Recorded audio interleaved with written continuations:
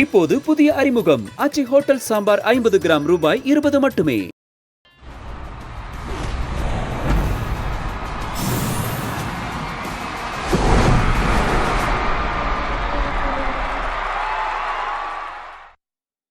பங்களாதேஷ் அணிக்கு எதிரான ஆட்டத்தில் வென்ற சாம்பியன்ஸ் கோப்பை கிரிக்கெட் தொடரை இந்திய அணி வெற்றியுடன் தொடங்கியுள்ளது.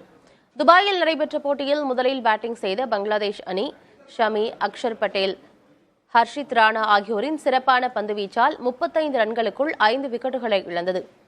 இளம் வீரர்களான தௌபிக் ஹரிதோயும் ஜாகர் அலியும் சிறப்பான ஆட்டத்தை வெளிப்படுத்தி தங்கள் அணியை சரிவிலிருந்து மீட்டனர். ஜாகர் அலி 68 ரன்கள் எடுக்க தௌபிக் சதமடித்து அசத்தினார். பங்களாதேஷ் அணி 228 ரன்களுக்கு ஆட்டமிழந்தது. இந்திய அணி தரப்பில் ஷமி 5 விக்கெட்டுகளையும் ஹர்ஷித் ராணா 3 விக்கெட்டுகளையும் வீழ்த்தினர். இதையடுத்து பேட்டிங் செய்த இந்திய அணி நிதானமான ஆட்டத்தை வெளிப்படுத்தியது. சீரான இடைவெளியில் விக்கெட்டுகள் வீழ்ந்த போதும் தொடக்க ஆட்டக்காரர் சுப்மன் கில் சதம் விளாசி அசத்தினார்.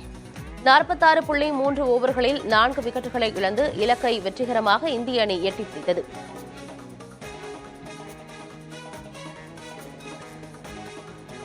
கேட்சை தவறவிட்டதற்கு சுழற்பந்து வீச்சாளர் அக்ஷர் பட்டேலை சமாதானம் செய்யும் வகையில் இரவு விருந்துக்கு அவரை அழைத்துச் செல்ல இருப்பதாக கேப்டன் ரோஹித் சர்மா கூறினார். வங்கதேசத்திற்கு எதிரான போட்டியில் அக்ஷர் பட்டேல் வீசிய ஹேட்ரிக் விக்கெட்டுக்கான பந்தில் ஸ்லிப்பில் நின்ற ரோஹித் சர்மா கேட்சை தவறவிட்டார்.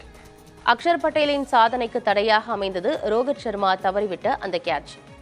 இதனையடுத்து மைதானத்திலேயே அக்ஷர் பட்டேலிடம் அவர் மன்னிப்பு கோரினார்.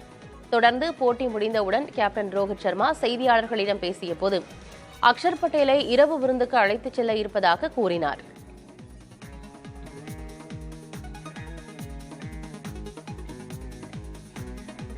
இப்போது புதிய அறிமுகம் ஆச்சி ஹோட்டல் சாம்பார் 50 கிராம் ரூபாய் 20 மட்டுமே.